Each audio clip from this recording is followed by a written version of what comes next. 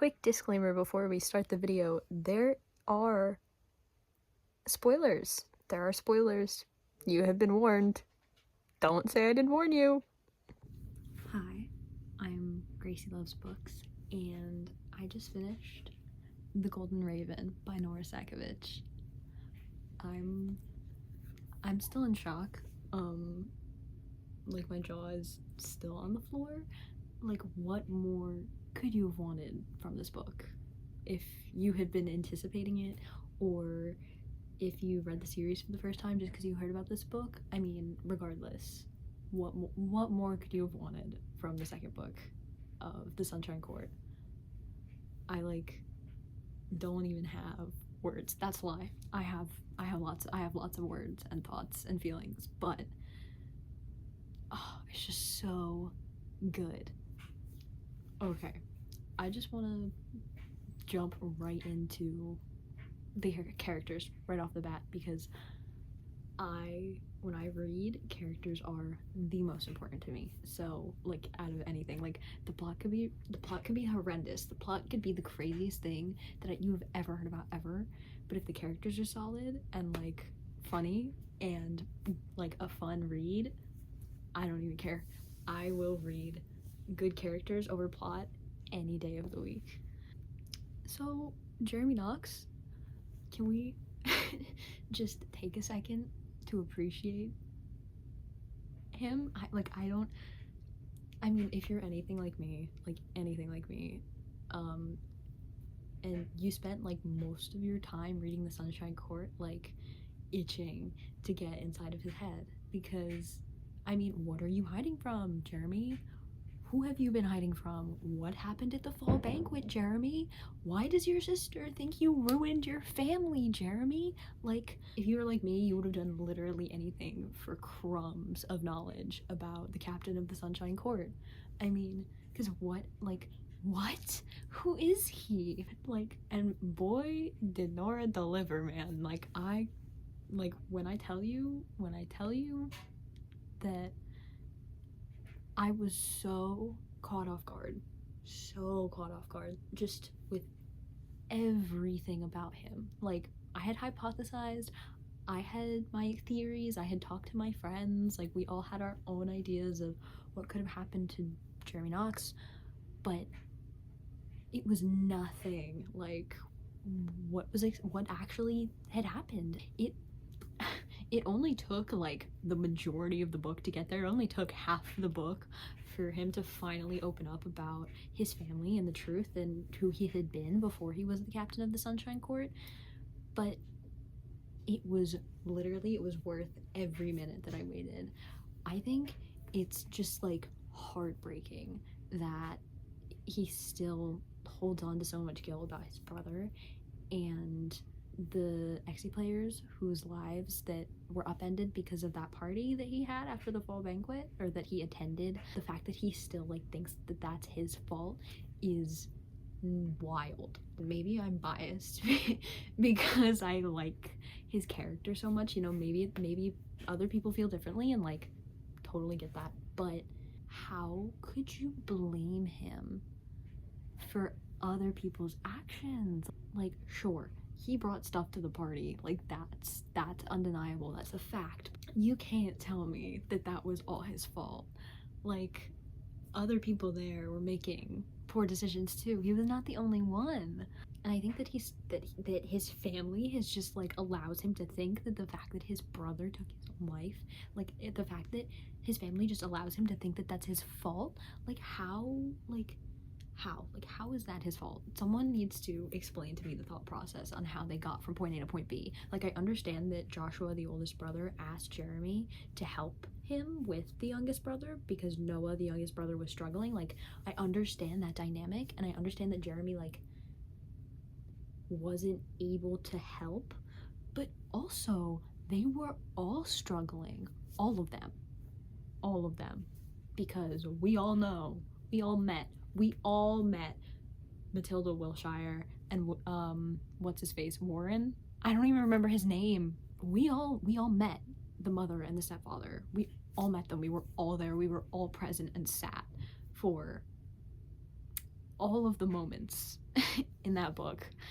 And like, how can Jeremy still blame himself for that, even though it was well known that all of Jeremy's siblings were struggling? All of them, including Annalise and Bryson, like he was not the only one who was having a rough time. Yet they still blame him, like completely, like hands down, it was Jeremy's fault. That is bonkers. That is truly insane. Jean even said it at the end of the book, like, if Jeremy's mother isn't willing to trust him after 4 years, how can Jeremy still hold on to hope that she ever will?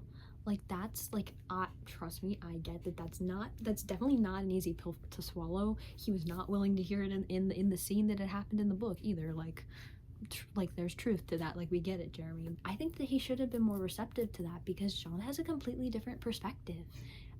Because Jeremy spent so much of the first book trying, so much of all the books so far, guys, but so much of the first book trying to help Jean and like give him advice about like choosing about choice, about choosing what's going to make him happy and doing what makes him happy and spending time around the people that make him happy. That's what Jeremy has preached the whole time.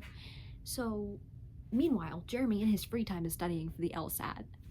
Like, someone explain to me the logic here, because I'm missing something. I just think that Jeremy really needs to take his own advice in that respect. Come on, Jeremy, like, we're all here for you. We're all here for you, bro. Like, we can work this one out. But I think that, like, in the grand scheme of things, like, I think that Jeremy deserves like a lot of TLC in the next book. Like, the next book has to be his book. He deserves to like have as defined of a character arc as Jean did, which I will get into, believe me, because he's obviously like the furthest thing from a one-dimensional character, but I think that he still has like a lot of potential. I think he's the furthest thing from stable. Obviously, he has so much potential to like grow and get better, because he's still grieving his brother. He's still trying. He hasn't even begun grieving.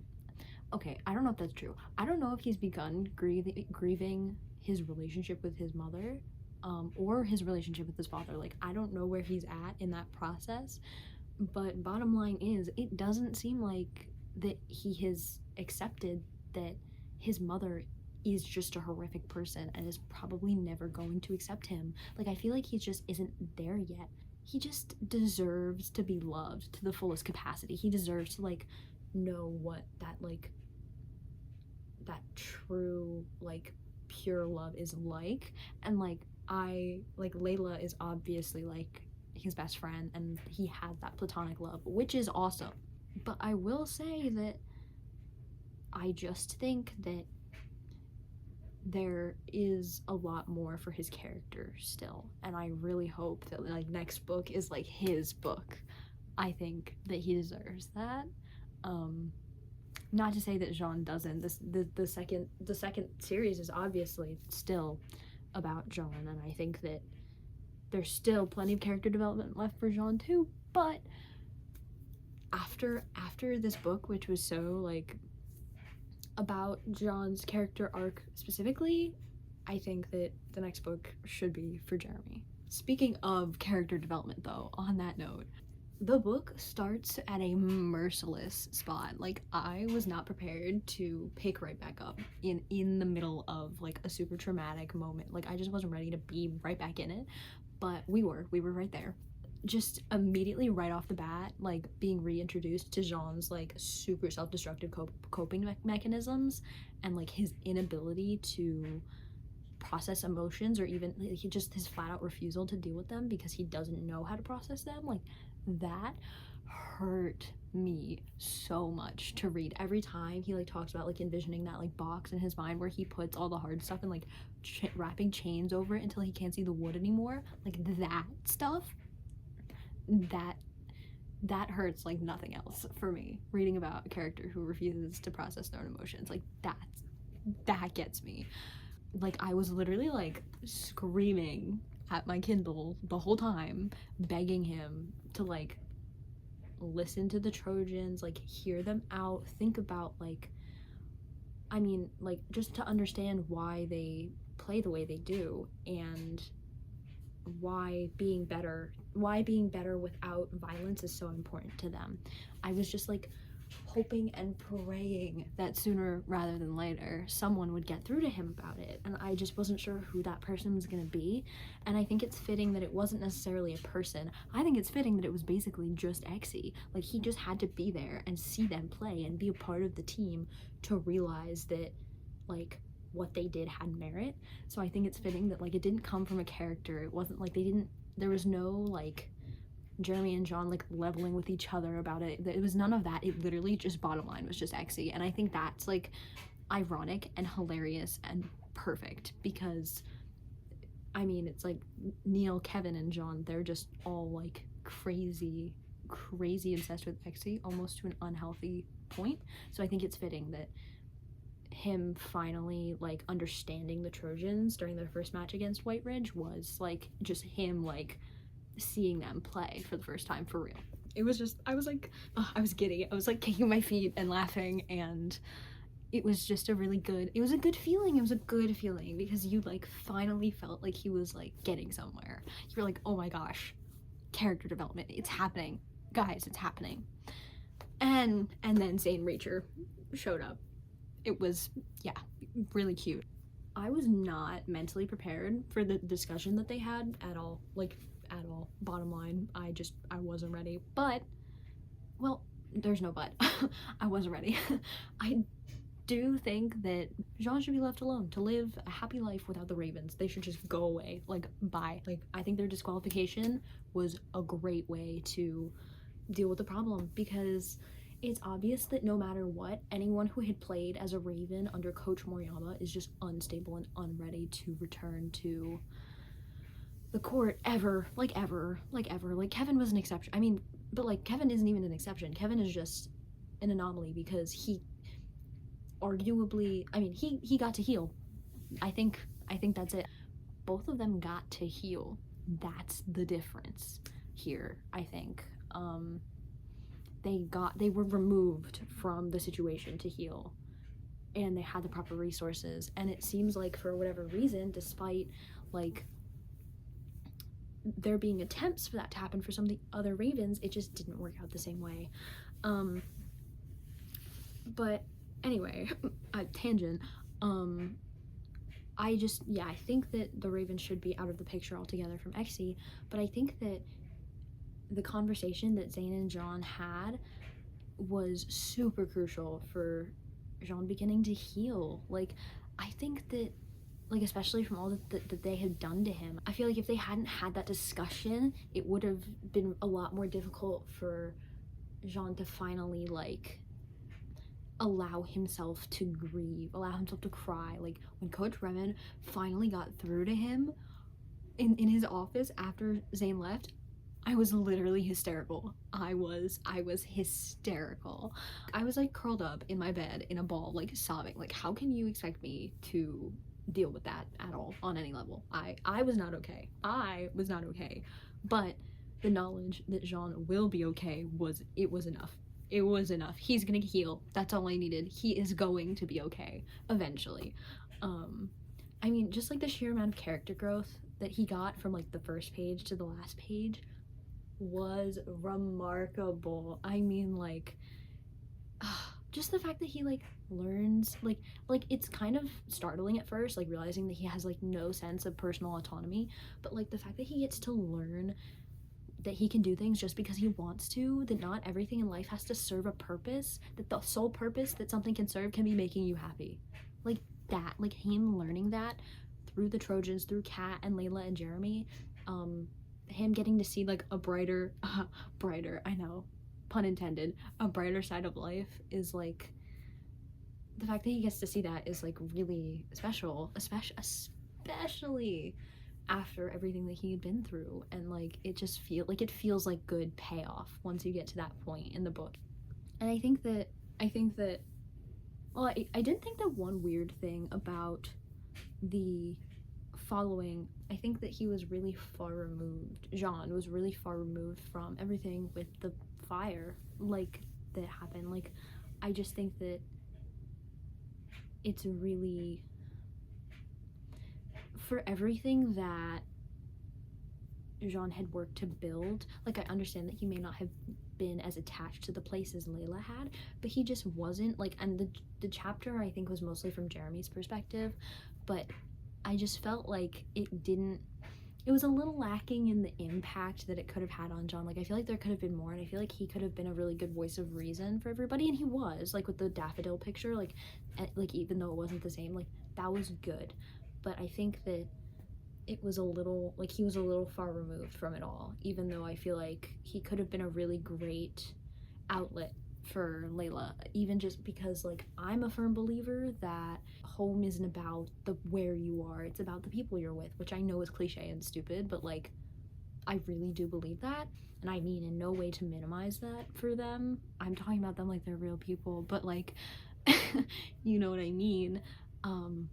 I just think that Jean could have been much more a voice of, like, I think that he could understand, as someone who had come from a place before that hadn't been his home but had just been a place that he lived, not Evermore, I mean, like Marseille, just the fact that he came from that place and then went to Evermore, which was also just a place that he was trapped, not a home, and then got to meet the Trojan. Like, I just think it's more about the people, and I think that he could have been a good voice of reason for them, but he just, that opportunity wasn't given. But it's okay. That's literally, I have, like, no bad things to say about this book. That was, like, the smallest nitpick ever. The other plot lines that are in this book, oh my god, I think the thing about the Sunshine Court was that, like, that was super, like, here's Jean, here's Jeremy, we kind of know Kat and Layla, they're also here maybe sometimes. It is about them, like, it's about just the four of them, and I think that that's, I mean, and we get some Neil, of course, Live Laugh Love, Neil Johnson, love him, but regardless, it's, like, super about them, and they're pretty, like, removed from the focus of the books thus far, which had been Exie. Like, I think that that was really interesting, like, a really interesting choice, because I think, like, no matter what with the original three off of the game books, that you always felt like Exie was its own character, but then the Sunshine Court was different in that way, that it was, like, more, it was about Jean, it was not about Exie anymore, which I think was interesting and also appropriate because of the circumstances. But with this book, the fact that Nora introduced so many other good characters, like the Floozies and the coaches, and, like, I mean, that's mostly it, but still, like, these other, like, smaller, like, not, I wouldn't call them, like, B plots or anything, but, like, these other smaller side characters and, like, other storylines, like, I think were just, like, so good and really helped, like, bring the story together. I literally, like, lost my mind over the little tidbit about like, I mean, it wasn't a tidbit, there was, like, a whole scene in their house, but the part about Coach Remen and his partner Addie, who's, I don't even know if that's how you're supposed to say it, I just don't want to butcher his full name either, because I looked at it, I don't think I can say it, but, like, 28 years they were together, 28 years, like, I was weeping. It was so cute. Like, that's the kind of stuff, like, those are the small details. And I mean, like, I cannot wait to find out if Cody Winters finally ends up with Pat and Ananya. Oh, it's gonna be so good, because, like, okay, well, as someone who, like, over communicates their feelings, like, communicates so much it's annoying, I really think that, like, if Cody, Pat, and Ananya just sat down and, like, had a little chat about how they all felt about each other, it would be a lot, like, we would have been put out of our misery a long time ago. But I mean, obviously, like, I get it's a pretty, like, interesting situation with the fact that I think Pat and Anya are literally engaged already, and I think that, like, Cody's worries about, like, their place in the relationship is absolutely, like, valid worries, but I do think that a good old-fashioned heart-to-heart would do us all some good. The addition of the freshmen to the Trojan line, obviously there's always going to be freshmen every year, like, that's how it works, but I think it's, like, so cute that, I mean, like, John having to hold on to Raven stuff that he potentially doesn't want to hold on to isn't cute. But the fact that Nora had him teaching the freshmen and like anyone else who wanted to learn like Raven drills, like that gets me. That sort of thing gets me. That's turning something that had an inherently horrific connotation for him and a lot of other people into something really great. Like that makes my heart like, oh, it's so cute. I just love the idea that John has like underclassmen who like look up to him. I feel like that could be really great. Like him in like having being like in the position of like a role model. Um I feel like it can just seriously help him with his evaluation of self-worth and even just like building relationships on his team. Like I mean, obviously he is able to build relationships, but also like he was almost he almost built relationships with Kat and Layla and Jeremy. Like those are almost built against his will. Like I don't think he was escaping that. It was all Kevin's doing, so I just don't think he would have been able to escape that either way. Um, but like Nora adds so many like special little like intricacies to the Trojan line, and I just think it's like really phenomenal writing. The double D line, that was so funny. Oh my god. And I like the little like tidbit that like the one Derek is in love with the cousin of the other Derek. Like I think that's so cute. Like that just makes them feel so human. And it feels like I'm just like right there with them like the whole time. Like I get so like you can hear it in the way I talk about this book. Like I sound like I'm talking about like real people, like a real sport. Nope. Stickball. Book stickball. Oh, yeah. This is what I do in my free time. But I will say that the writing just makes for really difficult moments in the book to read. There were so many times where I would just have to like pause, like not like the kicking and screaming, like oh my god, kind of like pause and throw the book. No, like times where I would just have to like take a moment and set the book down because my heart just like hurt so much.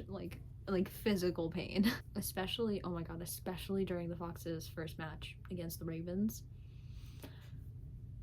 That scene absolutely gutted me. Like I was crying from the second that I realized what was about to happen. Like I could just like I don't know when I realized exactly what was happening, but like the second that I was reading that Jasmine Lane was about to do to Neil, I was like immediately crawling question mark crying.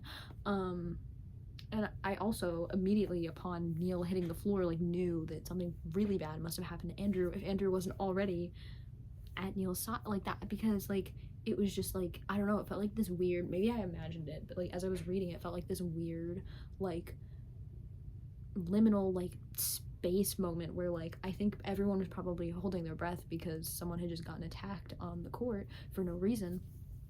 But it was just like this weird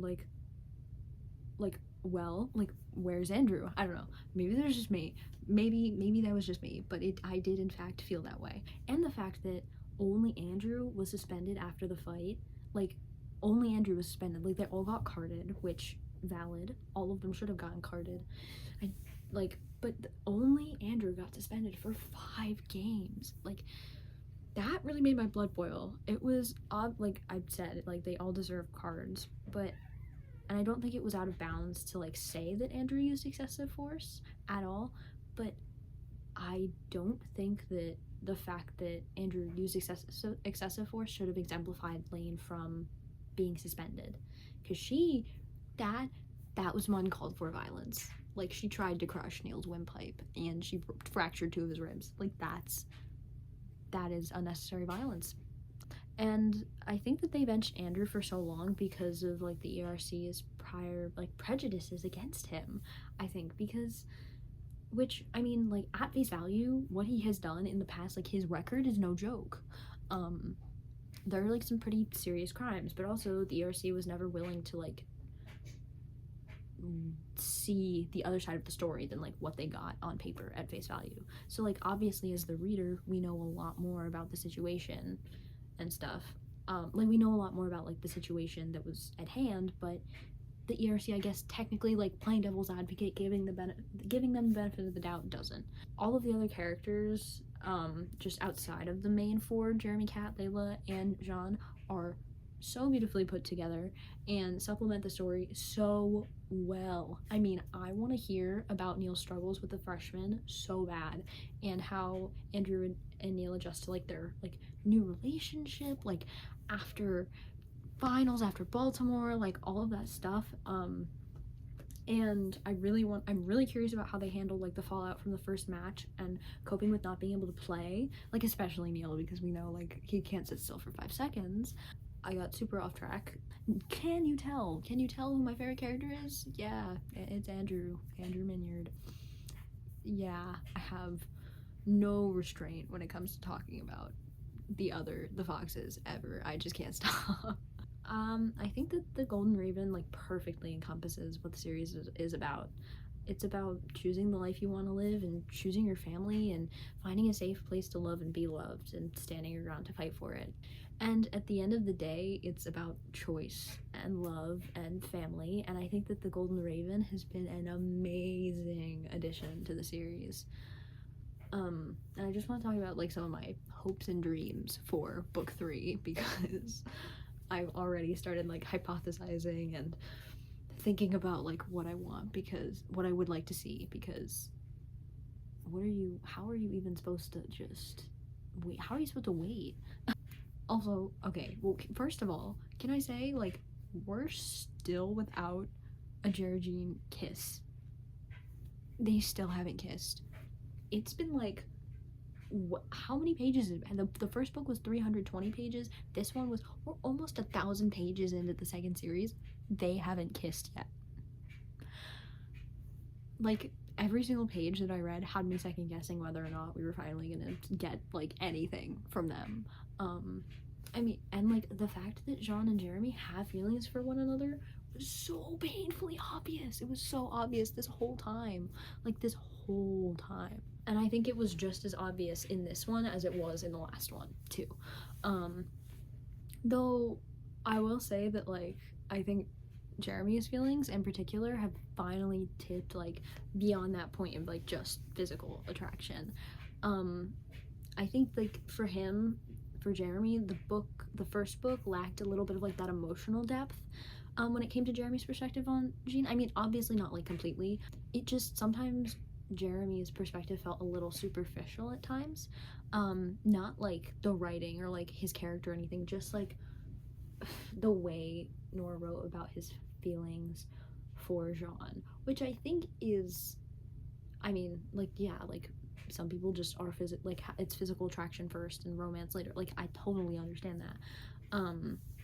But it had me, it had me a little worried for a minute there about how their relationship was gonna pan out. But oh my god, in this book it was so obvious how deeply that they care for one another. Like even if it was like a little more under, like Jean is so obvious, he's fooling absolutely no one. Jeremy was like a little more like under the radar, a little more subtle. It wasn't like it was, you could obviously tell that Jeremy was like still like physically attracted to Jean, but you couldn't like you weren't like, oh, you're in love with him. Like we weren't sure yet, at least for me. But like I just could just, for this book in particular, you could just feel that how like feel it in every minute how Jeremy works for Jean's happiness, and they spend so much time checking in with one another and making sure like that the other is okay. And it just I just want them to be happy. I just want them to be happy. That is it, bottom line. I'm going to lose my mind if they don't kiss in the second book, though. Like, I don't know how much longer I can wait without canon Jean kiss. Like, I don't think I can wait that much longer without them, like, just finally getting together, because it is rough out here in the Jean trenches. It is rough out here. I mean, but none of this is to say that that Jean doesn't still have a super long way to go when it comes to dealing with his emotions, especially like romantic ones, because if there's any kind of emotion that even in this book, even by the end of this book, he's still like is unabashedly like tucking away and kind of distancing himself from, it's like romantic feelings and physical attraction. and it's obviously just like something that he can recognize, but he won't let himself accept what he feels for Jeremy. The last 4 pages of the book, when John is texting Renee about the new dog that they named Jabberwocky, stop, I'm gonna start crying. Okay, wait, we have to move on. Even in the final 4 pages of the book, when John is texting Renee about like the new pet and everything, which I loved that whole piece of the book. I think that like it's really painfully obvious that Jean's issues with never having been allowed to properly fall in love or have healthy romantic or sexual relationships is going to be a huge point of contention for their friendship going forward. I think that like a lot of the like angst in the next book is going to be surrounding like them figuring out their relationship. Like, I'm sure there's still plenty of other things that could go wrong that could be plot points for the next book, but I think that in particular their relationship is going to be a huge point of contention, because I just think that I don't know if Jean is ready to deal with that, and I don't know if Jeremy is like in a place enough where he's like in a good enough relationship with himself, allow himself to like be happy like that. Because like we all saw like the kinds of guys that he was with, like just like for hookups and stuff, like that's like the fact that he allows himself to do that, not as a distraction, because like I get that, but like the fact that those are the types of people that he seeks out as a distraction, people that treat him poorly, just to me like reflect on the way he feels about himself, you know. Like he doesn't respect himself because he won't be with anybody else who respects him, you know? You see? Yeah. So I think that I really want, for the next book, I want Jeremy to be able to recognize that he deserves to be happy, like actually happy. And I think that I want Jean to realize that it's okay to be in love. Oh, Jean, it's okay. It's okay, I promise. Like, oh my god. I'm going to literally, I'm sure I will spend most of the next book like hysterically crying, as well as I did, because I cried just as much for this one. I mean, okay, also completely side note, you cannot just have Jean say his favorite color is brown because Jeremy's eyes are brown and just expect no one to think anything about it. Like,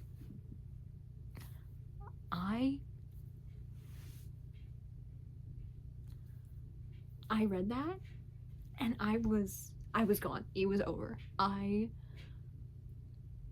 could no longer deal with all of the pretending that they don't feel anything about each other. Like that is insane. That is crazy.